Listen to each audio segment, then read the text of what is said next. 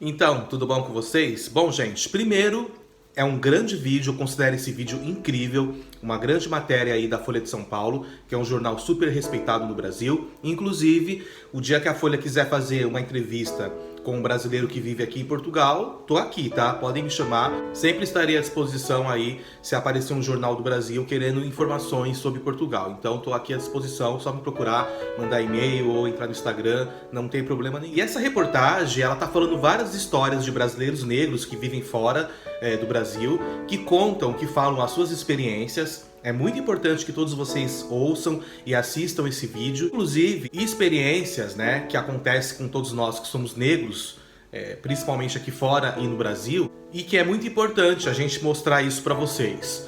Né? Porque eu vejo muita gente com muito mimimi o tempo todo falando que Portugal é xenofóbico, que Portugal é racista, que Portugal é isso, que mimimi, que blá blá blá, mas essas pessoas não sabem o que é preconceito. Elas nunca passaram por preconceito como nós, negros, passamos todos os dias, no mundo, no geral. Vocês, no meu caso, eu vivo em Portugal, eu moro no meu apartamento que vale mais de 150 mil euros, mas tem gente que faz vídeo até mostrando o Mac, falando eu tenho um Mac, eu tenho isso, eu tenho aquilo. O que é um Mac pra mim? Uma pessoa que tem um apartamento no valor que eu tenho, eu não preciso de mais nada, né? Só que as pessoas fazem isso por quê? Porque a gente é negro. Quando você é negro, as pessoas não querem te assistir. Quando você é negro, as pessoas não dão ouvido porque você diz. Quando você é negro, as pessoas fazem um monte de coisa. Elas inventam histórias. Elas colocam você numa posição como se você fosse diferente delas. Isso acontece. E isso tá na cultura de quem? Infelizmente, do brasileiro. O brasileiro é racista. Só que ele não aceita, mas ele é. A gente vê pelas histórias que acontecem todos os dias. 2 seguranças do Carrefour mataram um negro, no dia da consciência negra. E por que eu tô fazendo esse vídeo hoje? Porque tem muita gente do Brasil que assiste o meu canal, e eu como negro, vivendo aqui em Portugal, eu acho que eu tenho que falar sobre isso. Né? E falar também a minha experiência. Além de todas as experiências que eu vou mostrar pra vocês em áudio, eu também tô falando a minha. No Brasil, eu sempre tive carro do ano, no Brasil eu tive um bom emprego, no Brasil eu morava na melhor parte de São Paulo, e eu vejo gente fazendo comentários que eu sou favelado, que eu não tenho nada, que não sei o que lá, que mimimi. Por que essas pessoas criam, né, essa coisa só comigo? Porque eu sou negro. E por que é só brasileiro que faz isso? Eu nunca tive problema com nenhum português aqui em Portugal. Nunca tive problema de racismo, não tive nenhum problema de racismo aqui em Portugal. Estou morando aqui há 3 anos. Tem racismo em Portugal? Tem racismo. Só que o Brasil tem muito mais, não tem como comparar. Eu nunca tive problema de entrar numa loja ou entrar em algum lugar aqui e ser parado pela polícia. Ou então, sabe o que aconteceu comigo? Vou contar pra vocês 2 experiências. Uma é que eu sempre tive carro do Brasil e os meus carros sempre foram carros caros. Eu nunca tive carro assim, tipo carro popular. Eu tive Santa Fé, eu tive CR-V, eu tive Honda Fit, mas é tudo carro do ano. Eu tinha um Kia Soul, que na época ele era um lançamento no Brasil, e eu comprei o CVT, que era aquele top e tal, que tinha aro 18, que era um puta carrão. E aí eu cheguei no banco, e o banco que eu trabalhava tinha manobrista. Só que o manobrista, ele tava de férias. A empresa mandou outro manobrista. Aí o que aconteceu? Eu cheguei, deixei o carro ali na frente, onde eu sempre deixava perto da entrada do banco, sempre era um dos primeiros a chegar. E aí eu cheguei e deixei a chave na parte de baixo, onde eu costumava deixar. E aí o manobrista estava de férias, eu não sabia. E aí veio o outro perguntando de quem que era o carro que estava lá. Aí eu cheguei, deixei o carro lá, aquela coisa toda. E aí tinha um monte de gente, né? Tava muito carro parado. Aí eu peguei, não conhecia ele. Aí eu falei, você que é um novo manobrista? Ele, sim, sim. Ó, eu deixei a chave do meu carro ali. Você pode guardar meu carro lá na garagem e tal? A gente sempre deixava o carro lá. E aí o manobrista vinha e pegava o carro. Aí ele falou assim, qual que é o seu carro? Eu falei, é o que tá aqui na frente. Aí ele falou assim, tá, mas esse aqui, esse vermelho aqui é do patrão, né? O seu carro é esse aqui? Não é esse aqui. Esse é o meu carro. Não é do patrão, esse é meu carro. Só que no dia eu não quis discutir com ele, então eu deixei pra lá. Isso acontece a todo momento no Brasil. Todo lugar que você vai, acontece esse tipo de coisa no Brasil com o negro. A todo momento. Então, gente, é muito sério isso quando eu vejo brasileiro reclamando e falando que Portugal é um país preconceituoso. Tá muito longe. Isso não existe aqui em Portugal.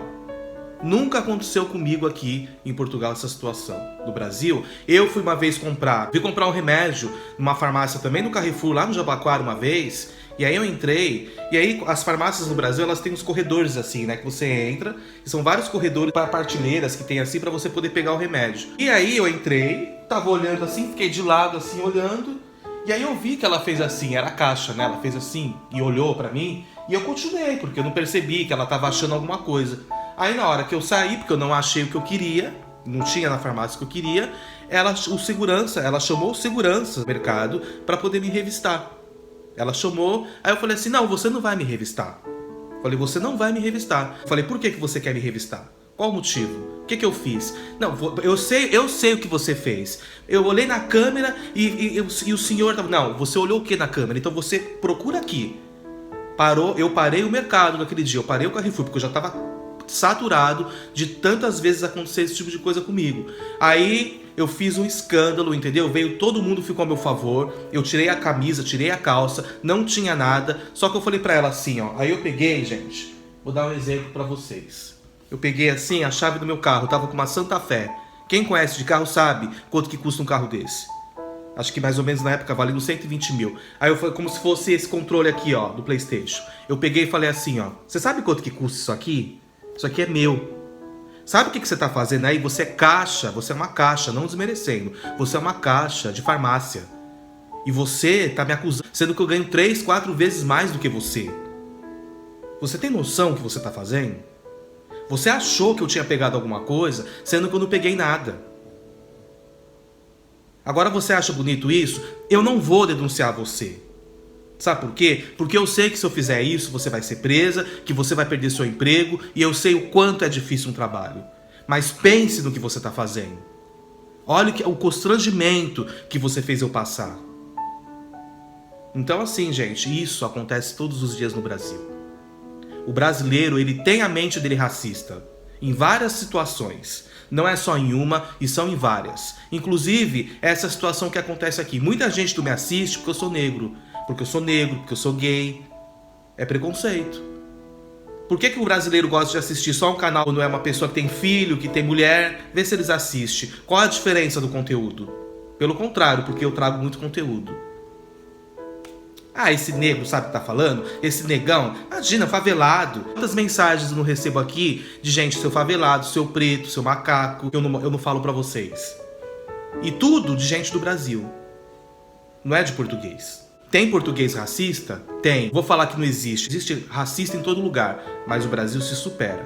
Eu falo pra vocês, a minha experiência com o racismo no Brasil é muito forte. Eu poderia ficar aqui falando o tempo todo de muitas coisas que acontecem. É no mercado, te perseguindo, é nas lojas que você vai comprar alguma coisa, é assim, no meio da sociedade, do trabalho, as pessoas com piadinha. Quando você tem um carro muito caro, lá, o outro tá com uma Santa Fé.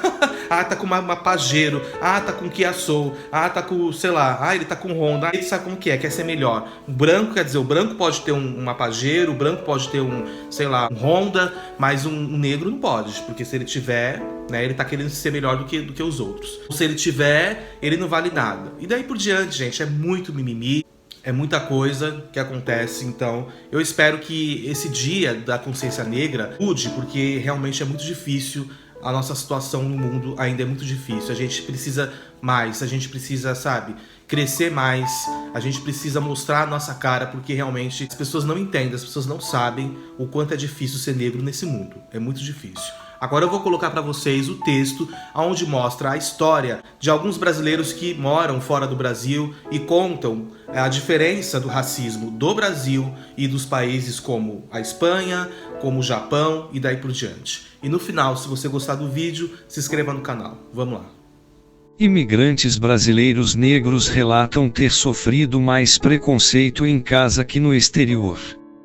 Seria razoável imaginar que, em um país em que a maioria se declara preta ou parda, o racismo se manifestaria de forma mais branda do que em países de maioria branca. Mas não é esta a percepção da maior parte dos imigrantes brasileiros negros ouvidos pela Folha. A reportagem reuniu 6 relatos de brasileiros que vivem ou viveram em Portugal, Irlanda, Espanha, Japão, Malta e Gana. Com exceção deste último, todos os demais países da lista têm baixas porcentagens de população negra, sendo que a maior parte desse recorte é constituída por imigrantes ou seus descendentes. Em Portugal, apesar dos episódios recentes de discriminação contra brasileiros, o empresário Edgar Marcondes conta que se sente quase como um super-herói e a cor da sua pele parece não importar nos círculos em que convive. Quando vem para o Brasil, entretanto, a realidade é diferente, e a condição social que atingiu não faz diferença para o segurança que o observa como um suspeito dentro de um supermercado. Já Reginaldo dos Santos foi para o Japão em busca de melhores condições para a família. Como soldador em longas jornadas de trabalho manual, sente que a pressão sobre seu rendimento é maior do que para colegas japoneses.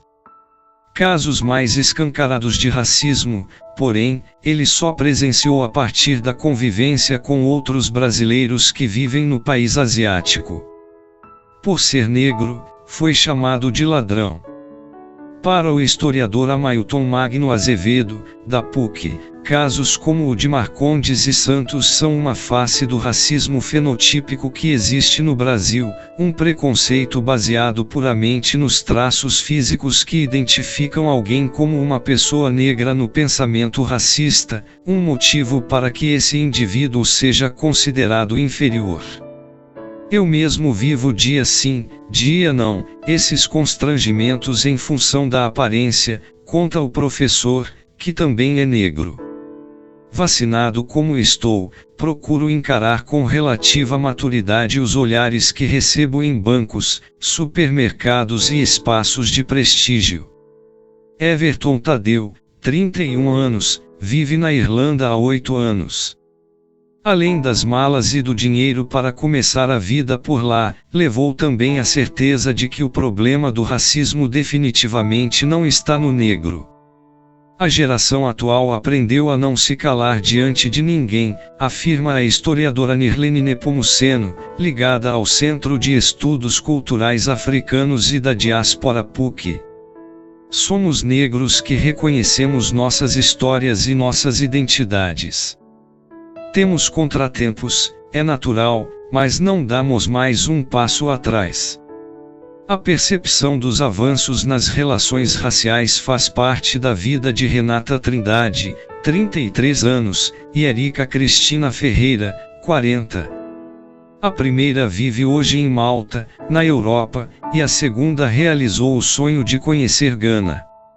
Em comum, as duas mulheres negras têm a convicção de que a cor de suas peles e os rótulos que a sociedade tentou emplacar sobre elas não podem e não serão fatores limitantes. Mas o racismo não dá trégua. Mãe de santo em Madrid, Thaisa Muniz, 45 anos, é uma mulher negra de pele clara, mas vive como se fossem suas as dores da filha Nayara, 12 anos, discriminada pelos colegas de escola espanhóis. Para a socióloga Flávia Mateus Rios, da Universidade Federal Fluminense, há que se reconhecer avanços sob a ótica das relações raciais. Vivemos um momento em que falar de racismo se tornou relevante e, o que é melhor, falar de antirracismo tem ganhado força e visibilidade pública, diz. A luta antirracista deve ser, inclusive, uma pauta prioritária para a democracia brasileira, afirma o professor Flávio Tales Francisco, da Universidade Federal do ABC. No processo de praticar a democracia, fomos incorporando, ao longo dos anos, a ideia de praticar o antirracismo. E só conseguimos fazer isso porque houve pressão. Forças racistas são antidemocráticas, afirma. Sou uma mãe de santo em Madrid, mas minha filha de 12 anos é quem mais sofre com racismo. Sou mãe de santo em Madrid, ativista do movimento negro, militante candomblessista contra a intolerância religiosa e descendente de homens negros que foram pioneiros em suas áreas de atuação. Meu avô paterno, Raimundo Duarte Muniz, foi o primeiro piloto negro da Força Aérea Brasileira, e meu pai, Astor Muniz, foi o único aluno negro em uma turma de 60 alunos a se formar como engenheiro nuclear no Instituto Militar de Engenharia. Mesmo assim, eu me senti muito pequena diante do racismo sofrido pela minha filha aqui na Espanha. Sou uma mulher negra de pele clara, e a Nayara é mais retinta. O racismo bate muito mais pesado nela do que bate em mim. Existem coisas que a gente vê como racismo no Brasil que, na Espanha, são considerados comportamentos normais.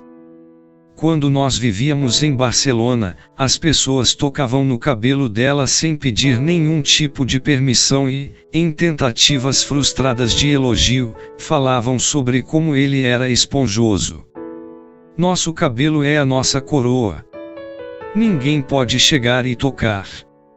Eu aprendi isso com meu pai. Se você não sabe quem você é e de onde você veio, você vai apanhar sem nem saber o porquê.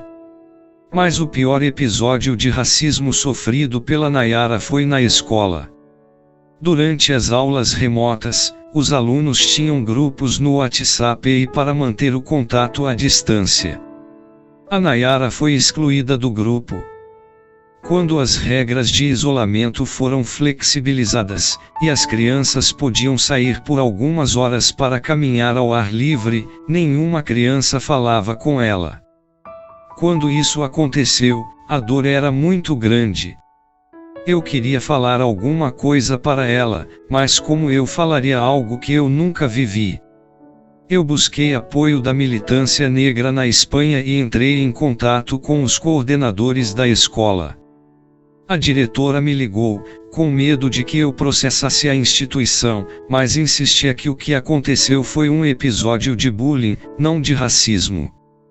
O fato é que, na Espanha ou no Brasil, as pessoas ainda têm dificuldade de chamar as coisas pelo que elas são.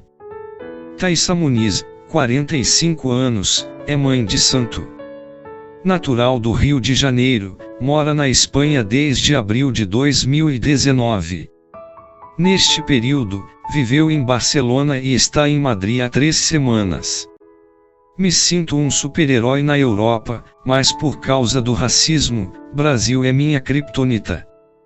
Cresci ouvindo alguns membros da família dizendo que eu e meus primos deveríamos nos casar com pessoas brancas para esbranquiçar as crias. Com 15 anos, fui parado pela polícia com amigos da igreja que eu frequentava depois de organizarmos um amigo chocolate, em que trocávamos caixas de bombons uns com os outros. Na cabeça do policial, um grupo de jovens negros com caixas de chocolates só poderia ter praticado algum furto.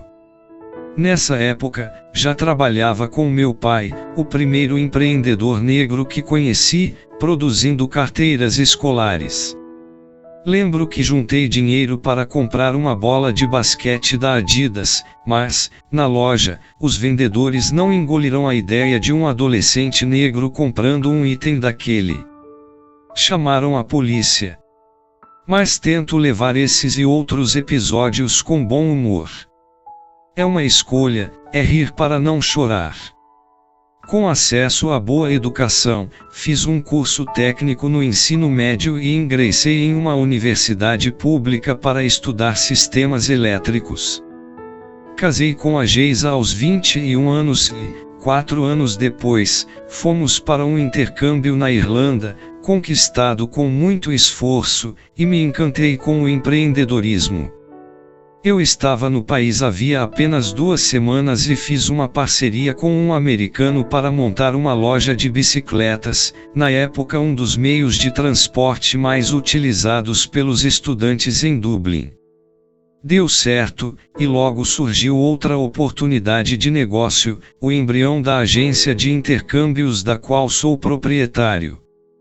Expandi a empresa e vim para Portugal, onde os incentivos a empreendedores, mesmo que estrangeiros, são muito maiores que no Brasil. Aqui nasceu meu filho, Bento, e daqui só saio para crescer ainda mais, no Vale do Silício, nos Estados Unidos. O sucesso nos negócios me fez esquecer o racismo e me sentir como um super-herói. Eu só sinto algum nível de discriminação quando frequento lugares da chamada alta sociedade. parece que preciso me vestir e me portar 2 vezes melhor para ser tolerado em alguns ambientes.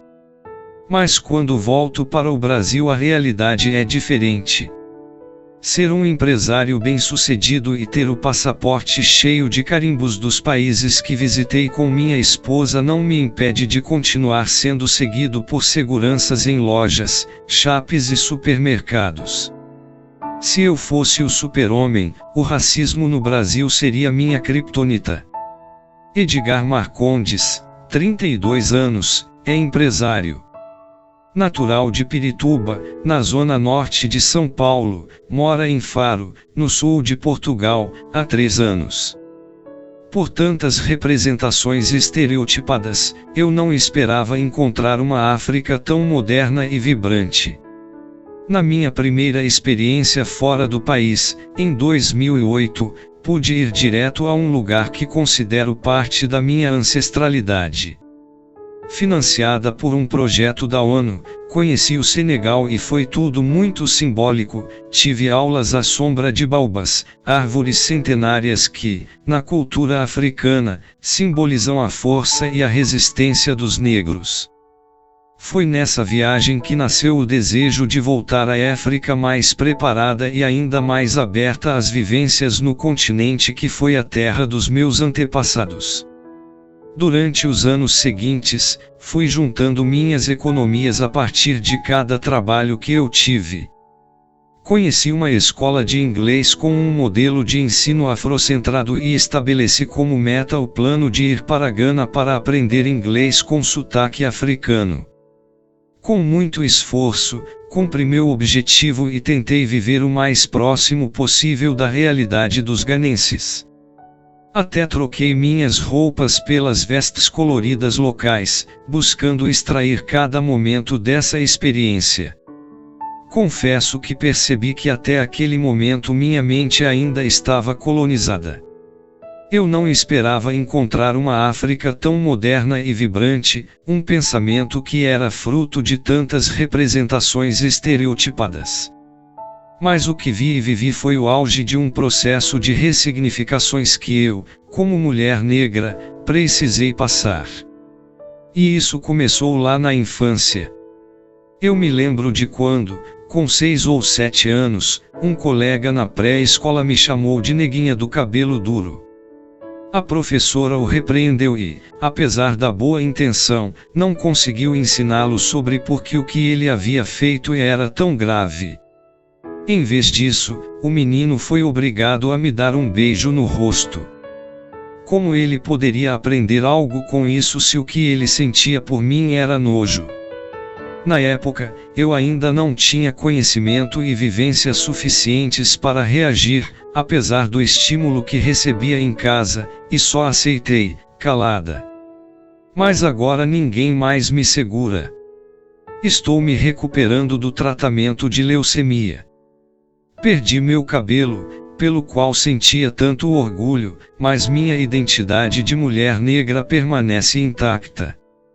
Assim que eu estiver 100% recuperada e superarmos esse momento de pandemia, quero voltar para a África dos meus sonhos. Érica Cristina Ferreira, 40 anos, é professora de Geografia na Rede Pública de São Paulo. Fez um intercâmbio em Accra, capital de Gana, e atualmente vive com o eterno namorado, Jefferson, em Taboão da Serra. Driblei seguranças e até o coronavírus para ocupar lugares onde não querem que eu esteja. O desejo de aprender idiomas e conhecer outras culturas nasceu quando, aos 7 anos, eu grudava no meu tio enquanto ele estudava inglês usando fitas de videocassete. Advogado, ele é minha referência masculina, meu Denzel Washington. Mas a vida me ensinou cedo que as coisas não seriam tão fáceis. Tive acesso a uma boa educação em uma escola privada de São Paulo em que, de manhã, estudavam os alunos de famílias ricas e, à tarde, bolsistas como eu e outros colegas de origens mais pobres, inclusive minhas amigas negras, a quem eu chamava de primas. Lembro que o pai de uma dessas primas, negro, tinha um bom emprego e um carro conversível vermelho que chamava a atenção quando aparecia na saída da escola. Também lembro das colegas brancas que diziam que aquele devia ser o carro do patrão. Apesar de ter vivido essa e outras experiências com o racismo, só me entendi como uma mulher negra de fato quando me matriculei na Faculdade Zumbi dos Palmares. Ali, na instituição que leva o nome do líder quilombola cuja morte marca o Dia da Consciência Negra, aprendi mais sobre a história dos negros no Brasil, a minha própria história. Depois de algumas experiências profissionais não muito bem-sucedidas, marcadas por vagas preenchidas por pessoas brancas com currículos menos qualificados que o meu, reforcei meus planos de ir para o exterior. Trabalhando como operadora de telemarketing, juntei dinheiro para ir para a Europa, e o destino mais barato naquela ocasião era Malta. Algumas pessoas disseram que era loucura, que esse não era um lugar para mim. Mas eu tenho prazer em ocupar lugares e espaços onde as pessoas não querem que eu esteja. Foi assim que, andando em círculos, eu driblava os seguranças que me seguiam em lojas e supermercados por me acharem suspeita, e seria assim que eu realizaria meu sonho de viver em outro país. O que não estava nos planos era a pandemia. Depois de 2 semanas em Malta, veio o lockdown e o que era para ser um período de 3 meses na Europa se tornou, por enquanto, 9 meses. E contrariando as expectativas, não percebo entre os europeus quem possa me considerar inferior por causa da cor da minha pele. Por incrível que pareça, um país com tanta gente branca me recebeu melhor do que o lugar onde eu nasci. Os colegas nigerianos com quem trabalhei como ajudante de garçom no verão maltês ficaram chocados em saber que ainda existe racismo no Brasil. Pois é, eu também fico. Renata Trindade, 33 anos, morava em Pirituba, na zona norte de São Paulo. Hoje é estudante em Zwick, no nordeste de Malta. No Japão, só ouvi comentários racistas feitos por brasileiros. Vim para cá porque pretendo dar uma vida melhor para minha família. Minha sogra e meu sogro já tinham vindo e disseram que era bom, que conseguiram juntar um dinheiro. Eles são Sansei, descendentes da 3ª geração. Aqui eu trabalho com solda robótica e fui operador de máquina. Trabalho 2 horas na solda e 2 horas na quensa, revezando, até completar o período no serviço. Quando sai no horário normal, dá 8 horas, mas às vezes é 12, 14 horas por dia. Aqui se trabalha muito. Por causa do coronavírus tinha dado uma abaixada, mas agora voltou ao normal. A empresa faz o trilho do banco do carro e outras peças para carros. Minha filha, Rebeca, tem 7 anos e se adaptou bem. Tem muito brasileiro aqui onde a gente mora. Pelos japoneses, parece que eles gostam de mim. Eu sou alto, tenho quase 1,90 metro, e eles falam: nossa, você é alto, vamos conversar. O problema que eu tive aqui foi com os brasileiros mesmo. Quando cheguei ao Japão, ainda na primeira empresa em que trabalhei, tinha um colega de trabalho que no começo conversava comigo e com a minha esposa, mas do nada se afastou. Começava a fazer pirraça. Um dia fui perguntar para ele o que estava acontecendo, e ele respondeu: sai daqui, olha sua cor, vocês são todos ladrões. Me segurei o máximo que eu pude para não perder a cabeça. O japonês parece que nem liga para a raça. Mas o brasileiro aqui já olha com um olhar diferente. Nossa, um negão assim, sabe? É meio estranho, constrangedor, fica te olhando como se estivesse vendo outra coisa. No Brasil, eu já presenciei racismo com um cara que trabalhava comigo, que era angolano. Os caras xingando, chamando de macaco, esse negócio, já me afastei para não passar nervoso. Eu tenho 5 irmãos, e eles já passaram por abordagens policiais racistas em São Paulo. Foram abordados e tratados de maneira diferente pela polícia. Uma vez quase que eu apanhei de um policial sem ter feito nada. Considero racismo com certeza. Se é um branquinho de olho azul, o tratamento é diferente. 2 irmãos meus já apanharam sem fazer nada. Na minha opinião, é racismo. Reginaldo dos Santos, 29 anos, é soldador. Natural do Jardim IVA, na zona leste de São Paulo, mora no Japão desde janeiro de 2019. Viveu na cidade de Shizuoka e mora em Toyota há 6 meses. O problema de quem me olha torto pela cor da minha pele não é meu.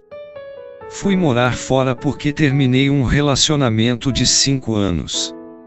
Decidi que queria mudar tudo, sair do trabalho e aprender inglês. Acabei na Irlanda, que foi o destino mais em conta na época. Inicialmente seriam 6 meses, mas estendeu para 1 ano e fui renovando meu curso, consegui um trabalho que me proporcionou ficar lá e tenho um parceiro há 5 anos. Cheguei com 23 anos, naquela época de sair da faculdade, irresponsabilidade, bagunça. Aqui é uma cidade muito cara, o dinheiro some da sua mão muito rápido. Trabalhei em bar, na cozinha de restaurantes, já lavei privada, fiz o que eu tinha que fazer para continuar onde queria estar. É complicado, quantas vezes não fiz shift turno de 12 horas, 3 ou 4 dias seguidos. Você realmente não tem vida. Uma amiga me ofereceu um freela, fui fazendo e não parei mais. Posso dizer que sou privilegiado, não fiquei sofrendo com as condições do subemprego por muito tempo. Não tinha pensado em como seria recebido por ser negro. Isso foi mais uma preocupação da minha mãe e de outras pessoas. É um tema que trago muito para o meu psicólogo. Se eu tivesse que reagir a cada episódio de racismo, teria que fazer isso o tempo todo, em todos os lugares. Se for algo grave, eu tomo uma atitude, porque senão as pessoas vão normalizar isso. Mas com uma pessoa que te olhou torto, o que você vai fazer? Meu namorado é irlandês e branco, mas não sinto isso como problema no nosso relacionamento. As pessoas sempre nos recebem muito bem nos lugares onde a gente vai. Mas sei que isso não é a regra. Uma vez eu estava no centro de Dublin com meu irmão, que também mora aqui e trabalha com delivery, e um casal parou a gente na esquina para perguntar se a gente estava vendendo droga, que eles estavam interessados em comprar. Coloquei eles para correr. Gosto de moda e às vezes entro em lojas sofisticadas só para ver um produto, porque achei legal. Muitas vezes as pessoas olham torto, acham que não tenho condições.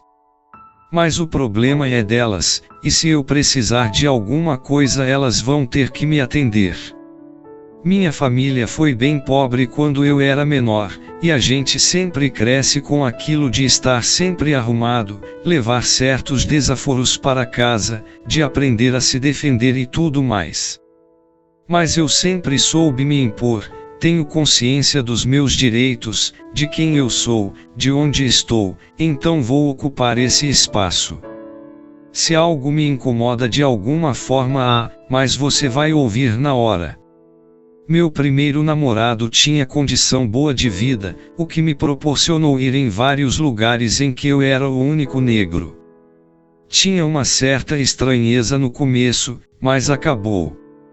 Esse é o meu lugar, vou estar aqui se eu quiser e acabou, é assim que funciona. Everton Tadeu, 31 anos, é gerente de marketing em um colégio. Natural de Indaiatuba, mora em Dublin, na Irlanda, desde novembro de 2012.